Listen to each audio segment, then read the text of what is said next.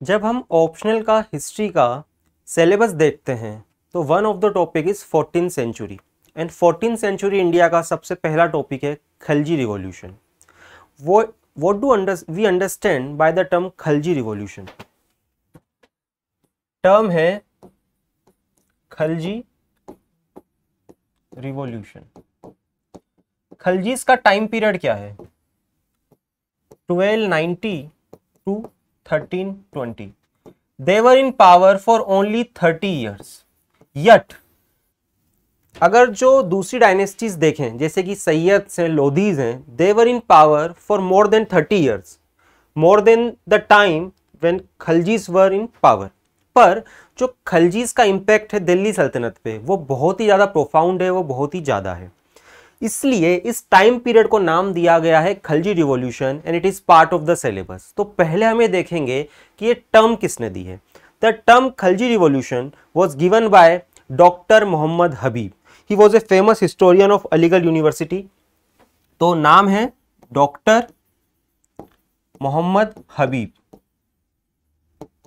इन्होंने यह term coin करी है Khalji revolution to highlight that when Khalji came to power, their coming to power resulted in the fundamental change in the character of Delhi Sultanate. Why is that? Revolution का क्या मतलब है? Revolution का मतलब है fundamental changes in the nature of things. यहाँ पे किसकी बात हो रही है? यहाँ पे बात हो रही है स्टेट की नेचर की, एडमिनिस्ट्रेशन की नेचर की, इकोनॉमी की नेचर की। इसमें फंडामेंटल चेंजेस आए when Khaljis came to power. क्या वो चेंजेस थे? We will see and we will try to understand why this term Khalji revolution was coined और इसकी इंपॉर्टेंस क्या है। जब हम इसको समझ लेंगे we will be able to handle any question which will come from this topic. तो हमें सबसे पहले यह पता लग गया इस टर्म को कॉइन किसने करा है और खलजीज का टाइम पीरियड क्या है, और ये टॉपिक आता है 14th सेंचुरी इंडिया के अंदर। द फर्स्ट खलजी रूलर थे जलालुद्दीन खिलजी, उसके बाद आए अलाउद्दीन खिलजी, उसके बाद थोड़े से 3 या 4 महीने के लिए आए शहाबुद्दीन खलजी और उसके बाद मुबारक खलजी जो लास्ट रूलर थे। Khaljis were referred as commoners. ये टर्किश रेशियली टर्किश थे पर कॉमनर समझे जाते थे।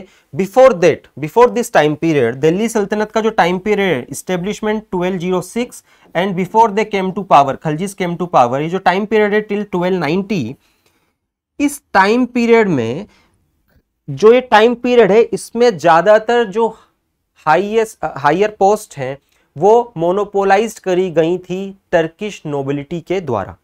And Khaljis although they were Turkish in origin, इनको माना जाता था Turkish commoners. they were not treated as nobility aristocracy।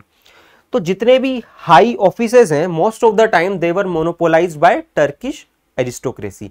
तो कमिंग टू जब खलजीज पावर पे आए तो उन्होंने जो सबसे पहला रिवॉल्यूशन हुआ वो ये हुआ, because they came to power they were treated as commoners, they are coming to power, they shattered the myth of they shattered the might of Turkish aristocracy। तो पहला तो यह रिवॉल्यूशन था खलजी रिवॉल्यूशन। सेकेंडली उन्होंने, क्योंकि वो खुद कॉमनर्स सो कॉल्ड कॉमनर्स थे, तो उन्होंने जो नोबिलिटी क्रिएट करी इट वाज मोर हिट्रोजिनस, ज्यादा मिक्स थी, उसका सोशल बेस ज्यादा ब्रॉडर था compare to the nobility during the preceding years. यहां पे एक एक्सेप्शन है, during the time of Iltutmish जो ताजिक्स थे they were also occupying some prominent post of the empire, but not before not after the Iltutmish.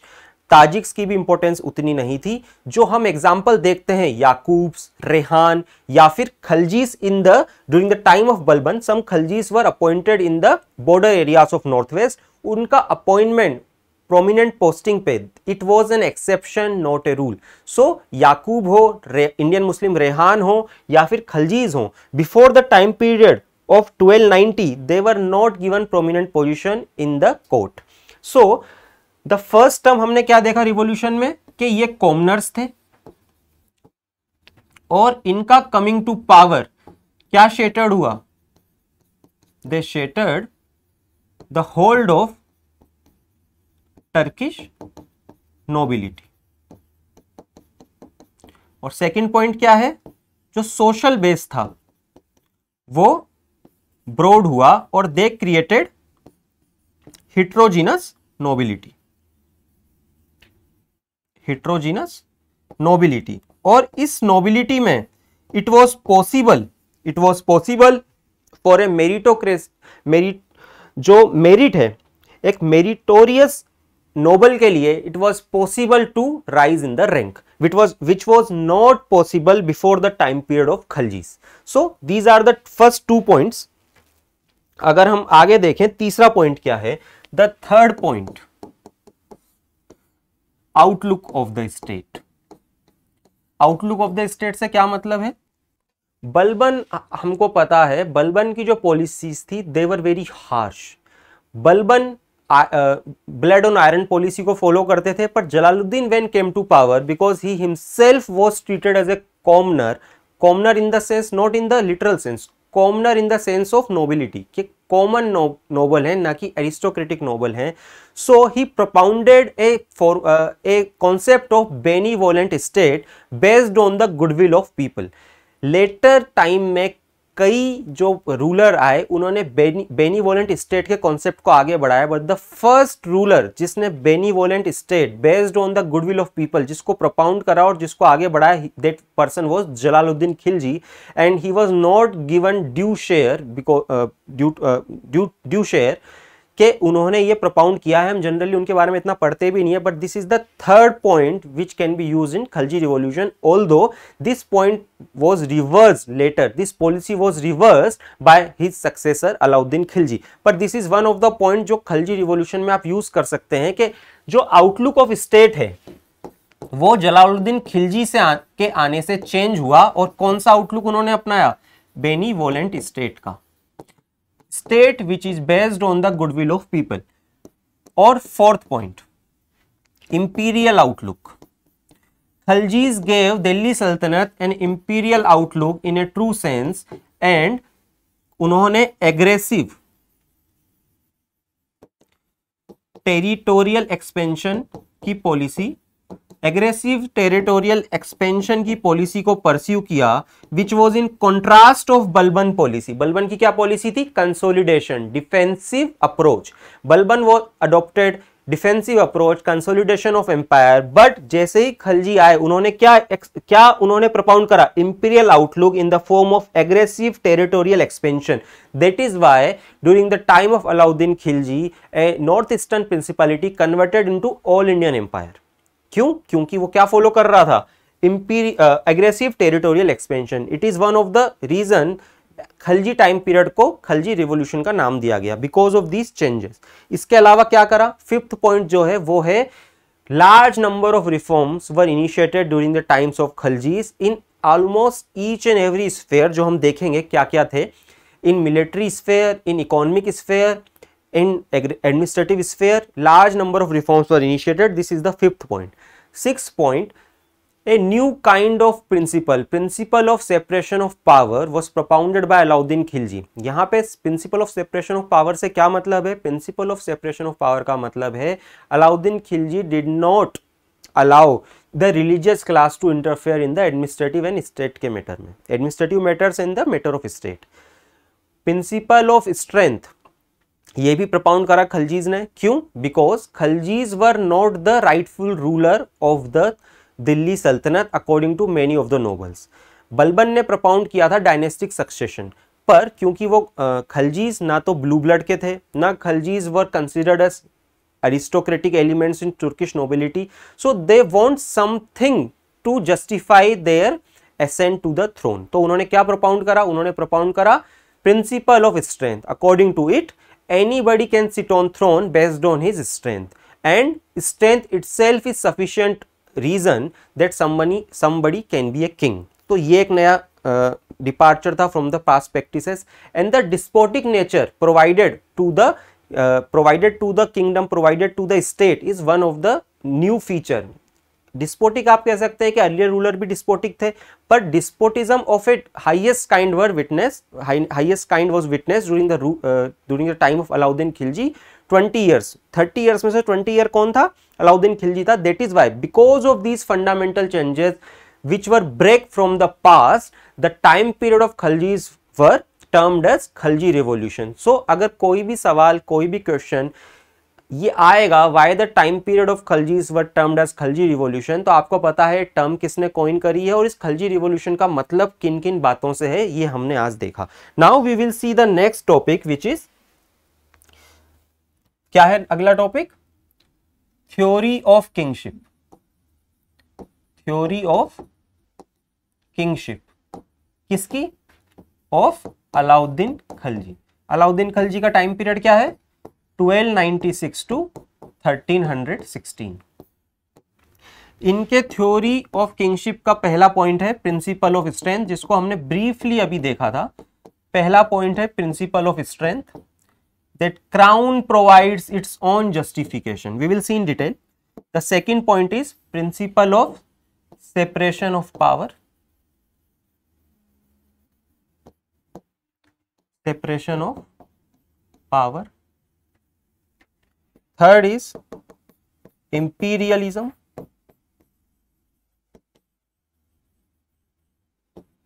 And fourth point is despotism. ये 4 element हैं जो theory of kingship Alauddin Khilji ने प्रोपाउंड करी. उसके 4 important elements हैं. If any question comes about the theory of kingship of Alauddin Khilji, the nature of state during the Alauddin Khilji, तो ये 4 point आप पॉइंट आउट कर सकते हैं. तो what is the principle of strength? Because जैसे कि हमने डिस्कस किया, because they have to justify. Alauddin Khilji को भी जस्टिफाई करना था खुद का क्राउन पे बैठना, क्योंकि उन्होंने किसको ट्रेचरसली किल करा था? अंकल जलाउद्दीन खिलजी को ट्रेचरसली ही killed, and Alauddin Khilji was not the rightful heir of the king, because Alauddin Khilji was not the son of Jalauddin Khilji. तो अपने जो क्राउन को उन्होंने कैप्चर किया उसको जस्टिफाई करने के लिए he gave the principle of strength, according to which because I am the most strong person in the present situation, so I have the rightful claim for the crown. उन्होंने क्या कहा? Principle of strength dictates of Alauddin Khilji that crown can be captured, anybody can sit on the throne based on his strength, his power, and crown provides its own justification, and it is duty of every person, every noble, every citizen to obey the king if that king is sitting on the throne. Whoever is sitting on the throne, it is duty of others to obey him. So in a sense he is saying that since I am sitting on the throne, now it is not your matter to look into the legitimacy of the crown. Crown provides its own justification. Whoever is sitting on the throne is a legitimate ruler for you, and you have no business to think that it is a legitimate rule or illegitimate. Principle of strength dictates that whoever is sitting on throne, everybody should support that person. The second principle which he gave is separation of power. Separation of power का general meaning है, separation of power means state is a different entity, religion is a different entity.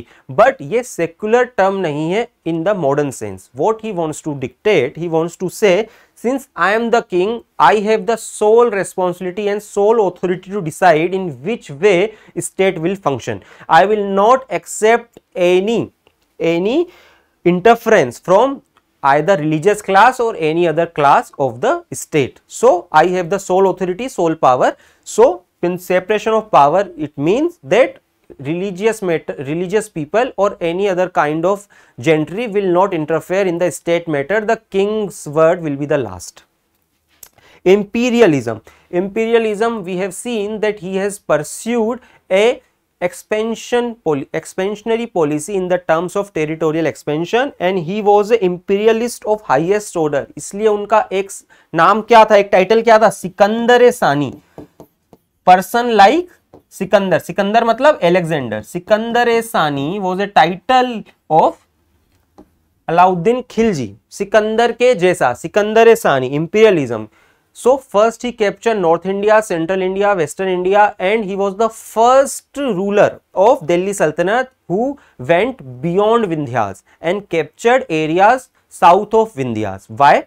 Because of 2 reasons. First reason, he want to capture gold, means he want to capture resources, financial resources. Second, he want to show that Delhi Sultanate is the supreme power and other state of the area should accept that the most powerful kingdom or empire in the area is Delhi Sultanate.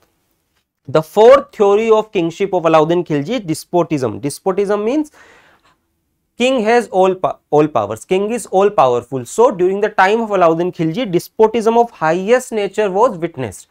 He subjugated each and every section of the society, be it ulema class, be it nobles, be it general public, be it military generals, be it intermediaries like Khutt and Muqaddam. So this is the theory of kingship of Alauddin Khilji, which we have seen briefly.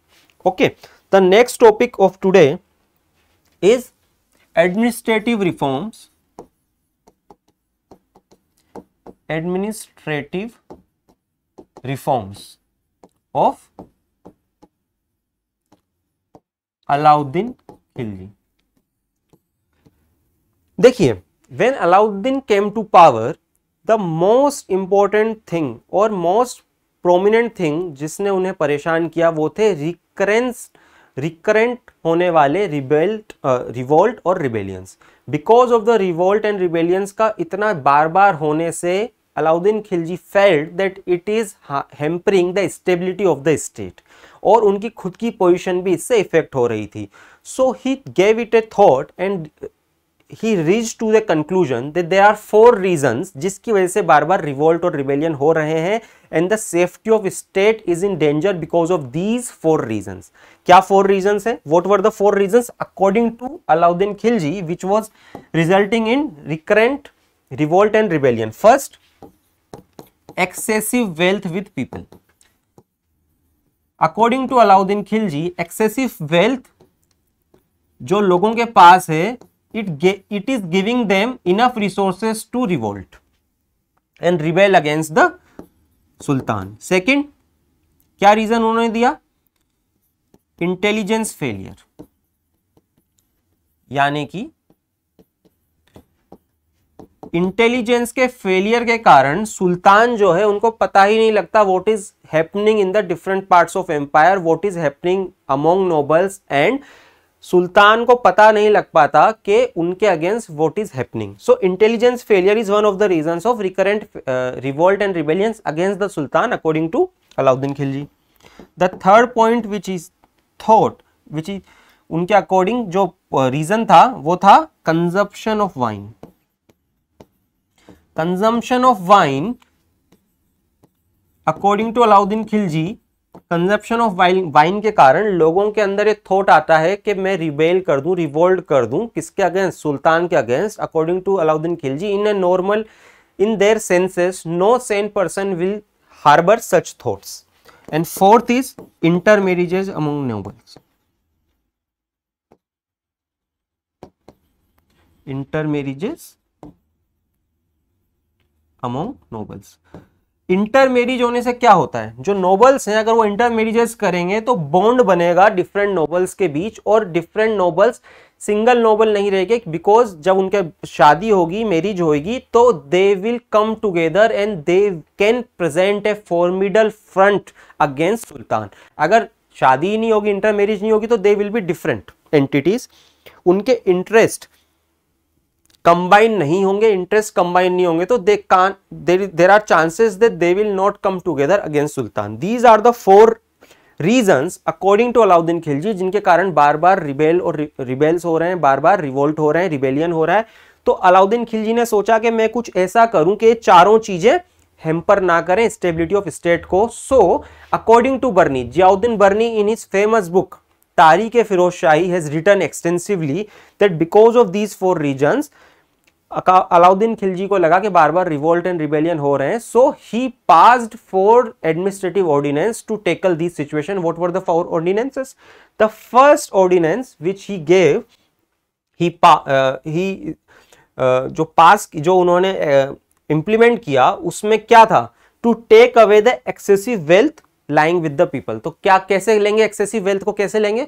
First of all what he did, he take back the revenue free grants given to the different people. क्या थी revenue free grant? Milk, इनाम, इदरार, वक्फ. ये revenue free grant से मतलब आपको कोई land दे दिया गया है और उस लैंड की जो भी इनकम है वो गवर्नमेंट आपसे नहीं ले रही है. It is revenue free, tax free. So because of that people are getting rich and getting riches of the land and because of this excessive wealth क्या हो रहा है, रिबेल हो रहे हैं, जो अगेंस्ट सुल्तान है वो रिवोल्ट हो रहे हैं। सेकंड टाइम, और पहला तो ये करा एक्सेसिव वेल्थ लेने के लिए, दूसरा क्या करा, इंटरमीडियरीज जो है लैंडेड एरिस्टोक्रेसी हैं लाइक खुद एंड मुकद्दम्स, उनको बोला गया कि you have to pay land revenue on your own lands, और आपको किसी भी तरह की कोई रिमिशन नहीं दिया जाएगा। दे वर फोर्स टू पे प्रिस्क्राइब रेट पे आपको लैंड रेवेन्यू देना है। अकॉर्डिंग टू बर्नी इट इम्पूवरिश जो एक्सेसिव वेल्थ है ये खुद और मुकद्दम से ट्रांसफर हो गई टुवर्ड्स स्टेट, और उनको पुअर बनाया गया, किसे, खुद और मुकद्दम्स को। And they can't think about जो अगेंस्ट द अलाउद्दीन खिलजी है, ये सोच भी नहीं सकते थे वो कि हमें रिवोल्ट करना है या रिबेलियन करना है। So these were the steps taken to take away excessive wealth lying with people. Intelligence failure था तो इसके लिए क्या करा, he appointed the barids. What were barids, intelligence officers. Intelligence officers named as barids were reappointed which were earlier active during the time of Balban, पर उनको और बड़े पैमाने पर on the large scale they were appointed, and they used to give sultan day to day activity information of day to day activities, not even of nobles but also whatever happening in the different spheres of empire. Consumption of wine, इसको रोकने के लिए क्या किया गया, इसको रोकने के लिए किया गया एक बैन लगा दिया गया on the consumption of wine. When it was not very successful, इसको थोड़ा मोल्ड कर दिया गया और बोला गया कि consumption of wine in public places is prohibited. 4 intermarriages among nobles, इसको रोकने के लिए क्या किया गया, he passed a resolution that nobles can't intermarry without the permission of sultan, even only when sultan gives his permission, then only 2 different nobles can intermarry in each other's family. So these are the 4 administrative reforms taken by Alauddin Khilji. What were the reason we have discussed, and what were done by Alauddin Khilji to tackle the situation we have seen. The next thing is agrarian reforms. Agrarian reforms of Alauddin Khilji. क्या agrarian reform करा, first reform किया land revenue based on measurement of land. मतलब आपको land revenue जो देना है वो measurement पे बेस्ड होगा, ना कि गेस वर्क पे। आपका जो भी लैंड है पहले उसका मेजरमेंट होगा, आप उस पे कौन सा आप उस पे फार्मिंग में कौन सी खेती करने वाले हो, what are you going to grow on that particular land, उसके बेसिस पे आपका लैंड रेवेन्यू डिसाइड होगा, और इस सिस्टम को बोला गया masahat system. So land revenue based on measurement, masahat system. Second, what he did, land revenue was fixed as 50% of the produce. Third, intermediaries. कौन है intermediaries, khut, muqaddam, chaudharis etcetera, they were asked to pay land revenue जो भी sanction rate है। Earlier what used to happen, intermediaries land revenue pay नहीं करते थे, they used to provide some services to the state कि भाई आप लैंड रेवेन्यू कैसे आप कलेक्ट करेंगे, we will help the state and state will not take land revenues from us on our land. या फिर ये इंटरमीडियरीज क्या करते थे, अपना लैंड रेवेन्यू को ट्रांसफर कर देते थे ऑन द कॉमनर्स। इसके लिए क्या करा, land revenue assessment. Before Alauddin Khilji land revenue assessment होता था विलेज लेवल पे, यानी कि विलेज का कोटा फिक्स है कि this village has to pay land revenue by this rate. Take an example, 10 rupees इस लैंड रेवेन्यू में इस विलेज को देना है। तो जो विलेज इंटरमीडियरीज है खुद मुकद्दम, वो क्या करते थे, 10 रुपए का सारा जो बर्डन है वो ट्रांसफर कर देते थे अदर कॉमन किसानों पे, फार्मर्स पे। इसको रोकने के लिए लैंड रेवेन्यू असेसमेंट किया गया एंड कलेक्शन किया गया, and collection not at the village level पर इंडिविजुअल लेवल। ठीक है, उसके अलावा क्या किया गया, 5th पॉइंट, घरी एंड चरी यानी कि grazing tax and house tax, इसको लगाया गया कि ghari and charai they have to pay to the state.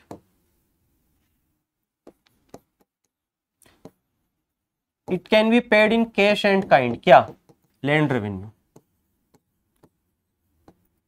So these are some of the reforms initiated in agrarian structure by Alauddin Khilji. One more important, large इसके, because अब जब intermediates का काम खत्म हो गया तो आपको you need large number of government officers, so he appointed what? Amil. Amil का काम क्या था? Collection and assessment. Mutsarif, accountant, इनको अपॉइंट किया गया।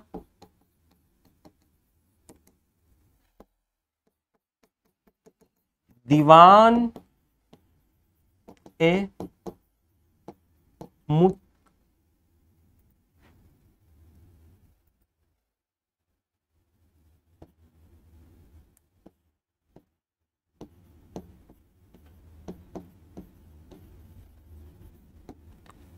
दीवान मुस्तखराज, इन्होंने एक नया डिपार्टमेंट इन्होंने चालू करा। जिस डिपार्टमेंट का क्या काम था? जो लाइंग एरियर्स हैं, किसके साथ? जो एरियर हैं, किसको देना है? इक्तादार को। उसको रिकवरी करने के लिए दीवान मुस्तखराज मुस्तखराज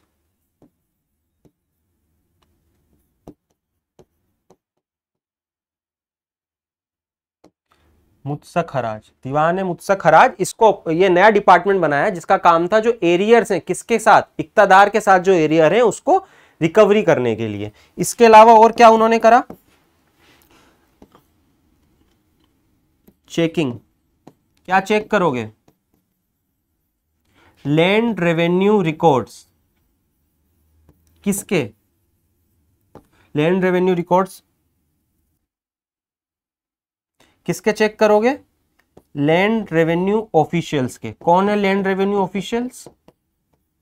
ये लैंड रेवेन्यू ऑफिशियल्स हैं। इनके लैंड रेवेन्यू रिकॉर्ड्स चेक करोगे with records of patwari. Patwari, who is patwari? Patwari is village level official, hereditary official. Patwari के रिकॉर्ड्स में होता है हर पेमेंट की डिटेल जो करी गई है आमिल और मुत्सरिफ को। जो भी लैंड रेवेन्यू ऑफिशियल्स को पेमेंट किया जाएगा विलेज से, वो रिकॉर्ड किया जाएगा पटवारी की बुक में, और इससे पता लगेगा कि क्या लैंड रेवेन्यू ऑफिशियल ने जो भी पेमेंट पटवारी ने किया है क्या वो आपने स्टेट को दिया है। If there is a difference between these two records then punishment will be given to land revenue officials. So these are some of the major reforms taken by Alauddin Khilji in agrarian structure. Now we will see the reforms of Alauddin Khilji in military. Military reforms of Alauddin Khilji. सबसे पहले तो देखेंगे military reform की जरूरत क्यों पड़ी। Agrarian reform की जरूरत पड़ी because he was a strong imperialist, strong despotic ruler. तो दोनों कामों के लिए क्या चाहिए? एक स्ट्रॉन्ग आर्मी। स्ट्रॉन्ग आर्मी के लिए क्या चाहिए? बड़ी आर्मी के लिए क्या चाहिए? Money. So to get more money for the state agrarian reform किए गए ताकि state can have more resources at its disposal. पर मिलिट्री रिफॉर्म क्यों गए? मिलिट्री रिफॉर्म भी इसलिए किए गए ताकि not only a strong army can be maintained but it can be ensured that army is in a fit state. और reform की जरूरत क्यों पड़ी? Because of constant Mongol threat. तो अगर मंगोल थ्रेट कांस्टेंट है तो you need a big and strong army. Second काम क्या है? Army was a source of power, because कौन सी बात हो रही है? Principle of strength. तो army is source of power. If you have a good army, if you have a strong army, if you have big army, then there is a chance that you will remain in power, which he wants obviously. Third, to give effect to his imperialistic designs. Imperialistic design मतलब because he want to expand his empire, so क्या जरूरत है? एक army की जरूरत है। Because of these reasons military reforms किए गए। और क्या रिफॉर्म किए गए? First, cash salary. He started giving cash salary to all of the soldiers. किसी भी सोल्जर को लैंड रेवेन्यू असाइन नहीं किया गया, इक्ता नहीं दिया गया। All were given cash salary, और क्या सैलरी थी? 238 टंकास पर एनम। किसके लिए? हॉर्समैन के लिए। एक ऐसे सोल्जर जो सिंगल हॉर्स रख रहा है, कैवेलरी मैन रख रहा है, उसको 238 टंका पर एनम। और if you are maintaining extra horse more 78 tankas extra, और फुट सोल्जर हो तो 78 टंकास। ये उन्होंने सैलरी फिक्स करी। Second, concept of dagh and chehra. Dagh मतलब you will bring horses for the inspection, and that horse will be branded so that it can be ensured that same horse will not be presented for inspection by different person. और चेहरा, description role of every soldier, because every iqtadar has to maintain a fixed number of quotas of soldiers. So सबके जब उनको inspection पे लाना है तो हर soldier अलग होना चाहिए, और हर सोल्जर के पास एक अलग घोड़ा होना चाहिए जो अच्छी क्वालिटी का हो। तो हाउ टू चेक दिस? दाग यानी कि ब्रांडिंग कर देंगे हर हॉर्स की, जिससे पता लगेगा कि ये हॉर्स कौन से नोबल का है और इसकी क्वालिटी कैसी है। और चेहरा, descriptive roll of every soldiers, ताकि सेम आदमी को, सेम सोल्जर को दो डिफरेंट नोबल अपने पेरोल में नहीं दिखा सके। करप्शन को वीड आउट करने के लिए ये नई प्रैक्टिस चालू की गई। Regular inspection was started by Alauddin Khilji. Inspection किसका होगा? ट्रूप्स का, जो कि इक्तादार के मेंटेन करना है। इक्तादार को, जो रेगुलर ट्रूप्स हैं उसका रेगुलर इंस्पेक्शन होगा, so that it can be ensured that iqtadar is maintaining fix number of troops which is assign to them as per responsibility. और सेकेंड, कि वो कितने अच्छे हैं, what is the quality of forces and soldiers, ये भी regular inspection से हो सकता है। फोर्थ क्या करा उन्होंने? रेट ऑफ खुम क्या है? रेट ऑफ खुम्स क्या है? वॉर बूटी में जो स्टेट का शेयर है उसको खुम्स कहते हैं। इसको उन्होंने, before the Alauddin Khilji came to power, the khums state share in the war booty was 1/5। इन्होंने इसको चेंज कर दिया 4/5, यानी कि स्टेट का शेयर ज्यादा कर दिया।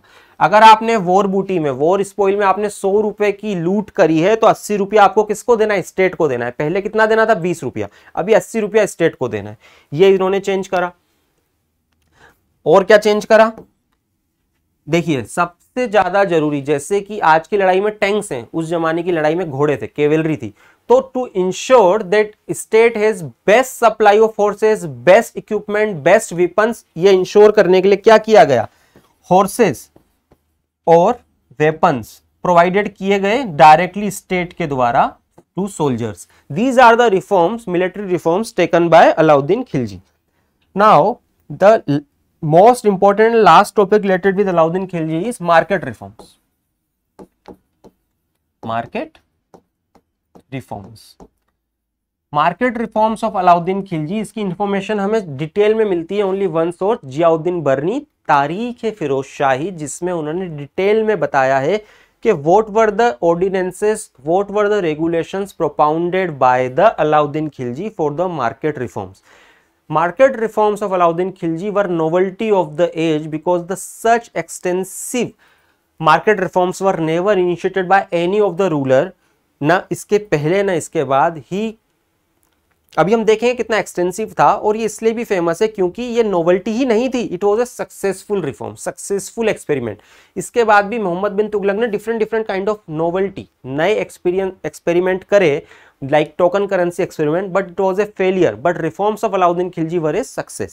हम देखेंगे पहले मार्केट रिफॉर्म क्या है, उसके पहले हम देखेंगे कि मार्केट रिफॉर्म के बारे में अलग अलग व्यू क्या है, कंटेम्प्रेरी राइटर्स के, नियर कंटेम्प्रेरी राइटर्स के और मॉडर्न हिस्टोरियंस के। Then we will go into the market reform. So क्योंकि ये एक डिबेट है, और डिबेट हमेशा यूपीएससी पूछता है ऑप्शनल में, तो पहले हम देखेंगे डिबेट क्या है। डिबेट ये है डिफरेंट व्यूज क्या है।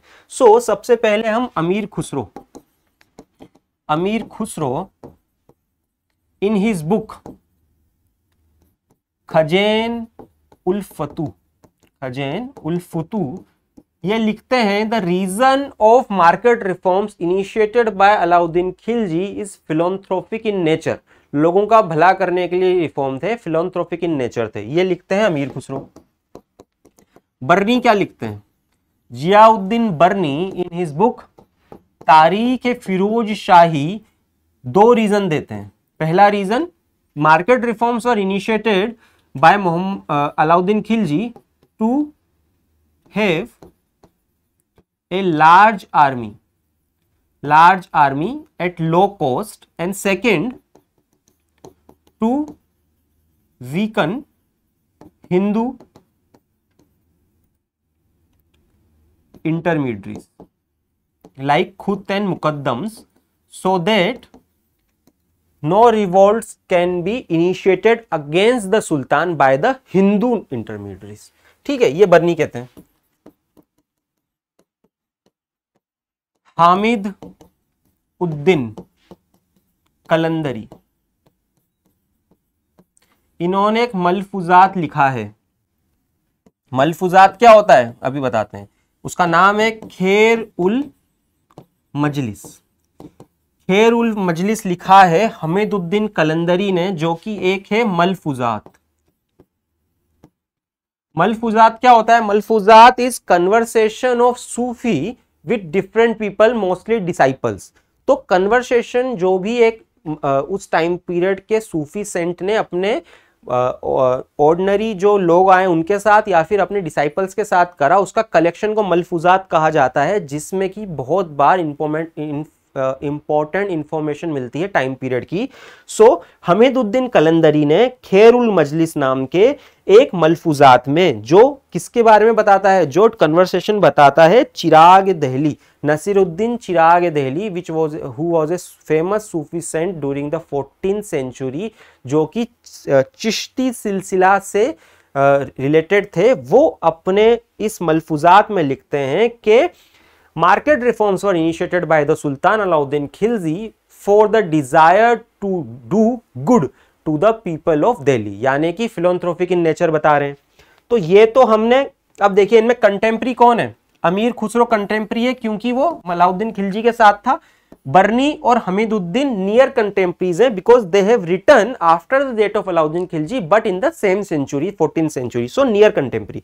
तो ये तो तीन व्यू हो गए।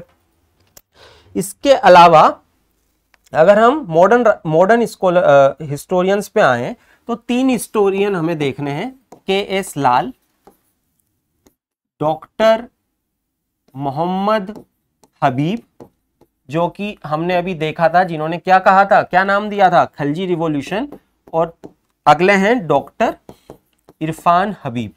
इन तीनों ने एक्सटेंसिवली मार्केट रिफॉर्म के बारे में पढ़ा और इनका क्या कहना है? मोहम्मद हबीब कहते हैं फिलोंथ्रोपिक इन नेचर, जो मार्केट रिफॉर्म है उनका नेचर क्या है? फिलोंथ्रोपिक। और इरफान हबीब और के.एस. लाल कहते हैं no, they were not philanthropic in nature, they were implemented by Alauddin Khilji because he wanted to have a large army at low cost। Low cost क्यों? क्योंकि अगर आप किसी को कोई एक फिक्स अमाउंट ऑफ सैलरी देना चाहते हैं, पर यू वांट कि उनकी जो सैलरी है उससे उनके बेसिक नेसेसिटी पूरी हो जाए और दे can live A lavish life style और ए गुड लाइफ स्टाइल और ए डिसेंट लाइफ स्टाइल, तो आपको क्या इंश्योर करना है?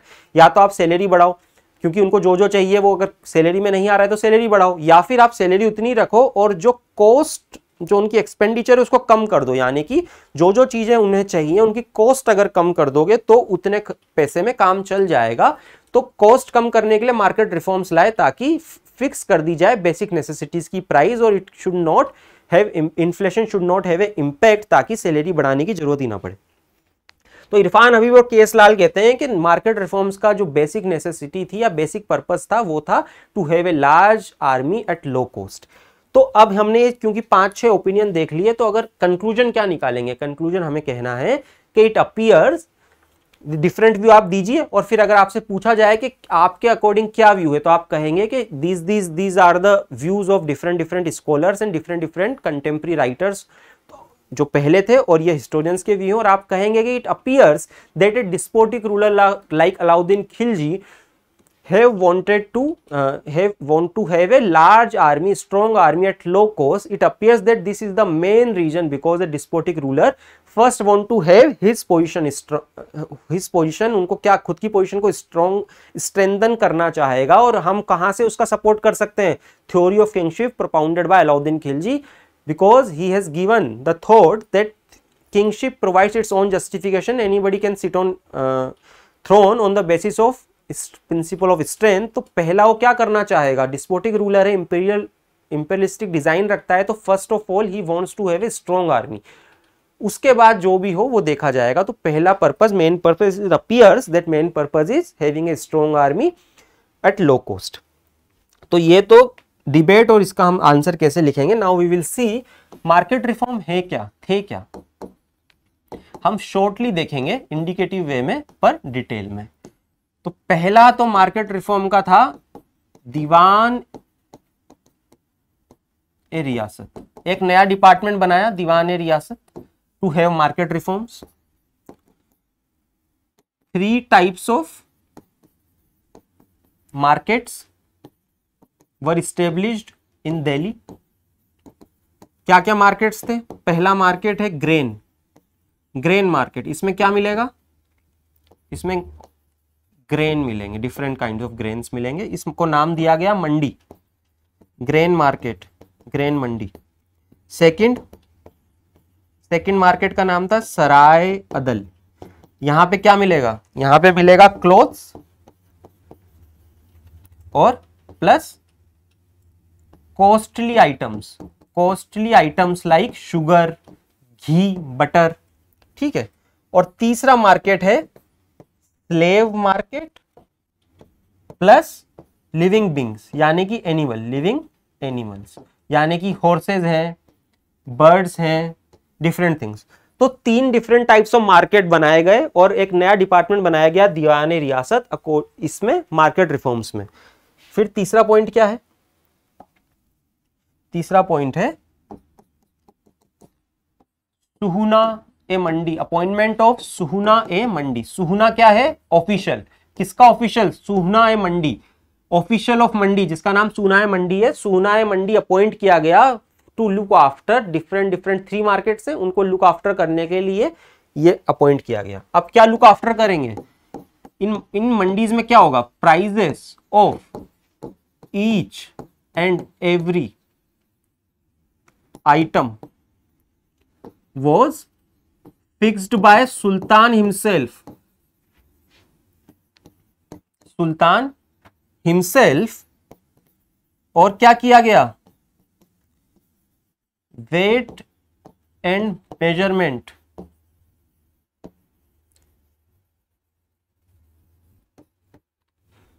वेट्स एंड मेजरमेंट, इसको भी डिसाइड किया गया by sultan. How weights and measurements will be worked, how weights and measurements will be used in these markets, ये भी डिसाइड किया गया। और हर आइटम को की प्राइस भी फिक्स कर दी गई। अगर आपने प्रिस्क्राइब रेट से कोई आइटम नहीं बेचा तो who will take action, shahna i mandi will take cognizance of the matter and you will be punished accordingly, ठीक है। नेक्स्ट क्या करा इन्होंने, licence were granted. Without licence you can't open a shop in these markets. Licence दिया जाएगा ताकि government will have a list who are operating in these markets, ताकि अगर कुछ गलत किया जाए तो पेनल्टी लगाई जा सके। और क्या किया गया, स्टोर हाउस ये स्टेब्लिश किए गए टू स्टोर द ग्रेन्स, ताकि ग्रेन सप्लाई मेंटेन की जा सके इन even in the famine condition in every 12 months, every time there should be enough supply of grains in the market so that inflationary pressure cannot be felt by the common people। और maintain अगर supply रहेगी तो क्या दिक्कत नहीं होगी, price rise नहीं होगा। इसमें सबसे इंपॉर्टेंट बात क्या है, supply plus transportation plus distribution, ये 3 चीजें होगी तो इन्फ्लेशनरी प्रेशर नहीं होगा। तो सप्लाई इंश्योर करने के लिए एक तो स्टोर हाउस हुए, वेयर हाउसेस हुए, वहां पे गवर्नमेंट इंटरफेयर करेगा अगर सप्लाई कम हो जाएगी। और जनरल सप्लाई बनाने के लिए क्या किया गया, ये इंश्योर किया गया कि जो लैंड रेवेन्यू है उसको स्ट्रिक्टली उसको कलेक्शन किया जाए, सो दैट जब स्ट्रिक्टली कलेक्शन होगा तो एज सून एज हार्वेस्टिंग होगी, पीपल क्या करेंगे, किसान क्या करेंगे, they will sell their grains in the market very soon so that they can give state the land revenue. और अगर सप्लाई हो जाएगी, सब कुछ बेच देंगे जल्दी से लैंड रेवेन्यू चुकाने के लिए, तो सप्लाई होगी, वो सप्लाई को ट्रांसपोर्ट होगा कहाँ, इस सिटी में। कौन करेगा, बंजारास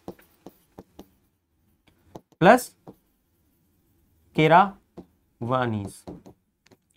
ये इंश्योर करने के लिए कि बंजारास और केरावानीस इस सप्लाई को ट्रांसपोर्ट करें दिल्ली में, उनको जगह दी गई रहने के लिए। किसे, बंजारास और केरावानीस को स्पेशल ऑफिसर अपॉइंट किए गए to look after the Banjaras और केरावानीस। और डिस्ट्रीब्यूशन के लिए क्या किया गया, डिस्ट्रीब्यूशन के लिए मार्केट रिफॉर्म्स किए गए, जो इंश्योर किया गया कि रेट उतनी ही रेट पे सप्लाई, उतनी ही रेट पे सेल किया जाए जो गवर्नमेंट ने रेट बनाई है। और अगर कमी हो सप्लाई की ट्रांसपोर्टेशन के बाद भी, तो गवर्नमेंट अपने स्टोर हाउस से, वेयर हाउस से सप्लाई करेगा।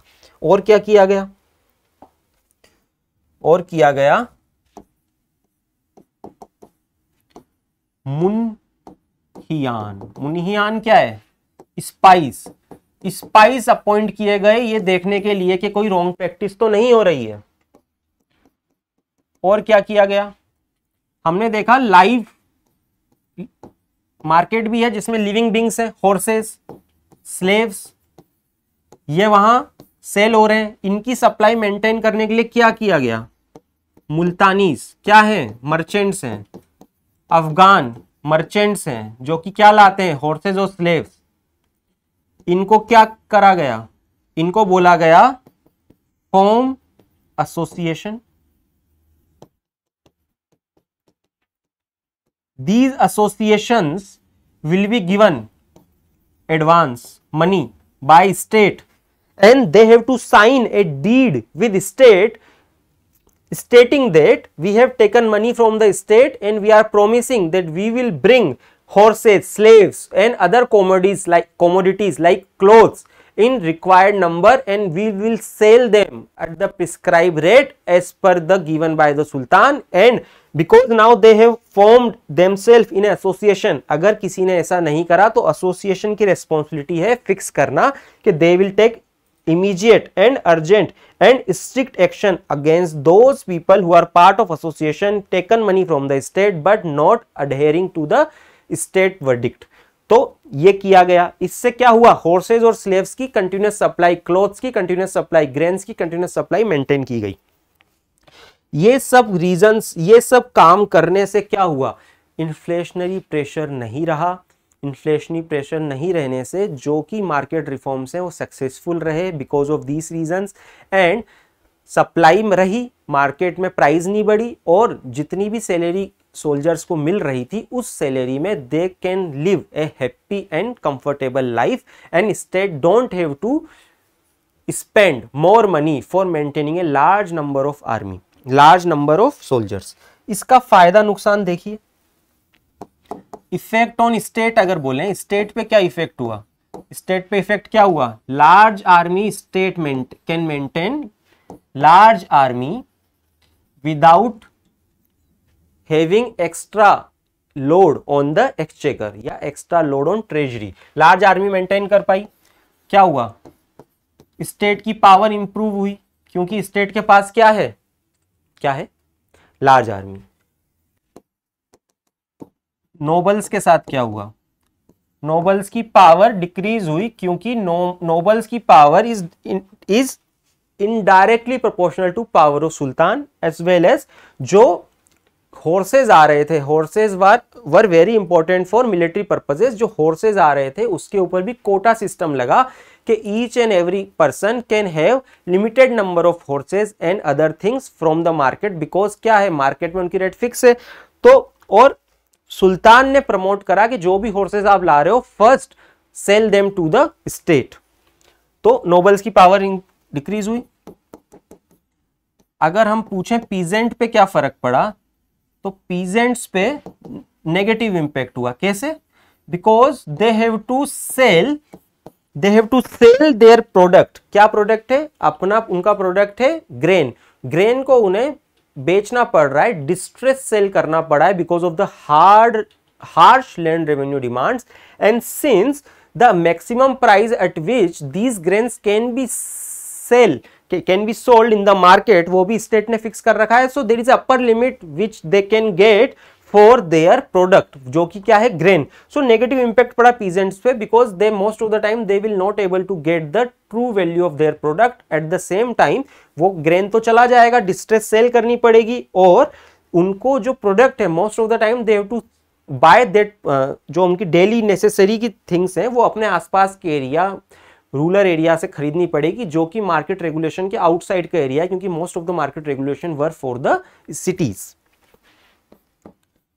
और क्या हुआ, आर्टिसंस पे क्या इफेक्ट पड़ा, वही नेगेटिव, क्योंकि आर्टिसंस को भी अपने प्रोडक्ट के ट्रू वैल्यू नहीं मिल रही थी. उनको भी क्या, कौन सी वैल्यू मिलेगी, स्टेट ने जो डिफाइन करी है. Merchants negative. Extremely fearful environment, if you do anything other than what is prescribed you will get punishment. There is upper limit of profit which you can make. And what about the people of Delhi? Extremely positive. Why? Inflation ही नहीं है जब तक है, कोई चीज महंगी ही नहीं है, सब चीज सस्ती है, जाके खरीद लो. So these are the effects on different sections of society due to market reforms. हमने आज इंडिकेटिव वे में जल्दी जल्दी बहुत इंपॉर्टेंट कुछ टॉपिक्स कवर कर लिए 14th सेंचुरी के. रिवाइज करते हैं क्या क्या. खलजी रिवॉल्यूशन हमने देखा, खलजी रिवॉल्यूशन का मतलब क्या है. फिर हमने देखा अलाउद्दीन खिलजी की थ्योरी ऑफ किंगशिप. उसके बाद हमने देखा administrative reforms of Alauddin Khilji. फिर हमने देखा military reforms of Alauddin Khilji. फिर हमने देखा agrarian reforms of Alauddin Khilji and the debate and the detail of the market regulations, market reforms of Alauddin Khilji. So these are the important topics of 14th century. Please revise, and we will in next class we will see other important topics. Thank you.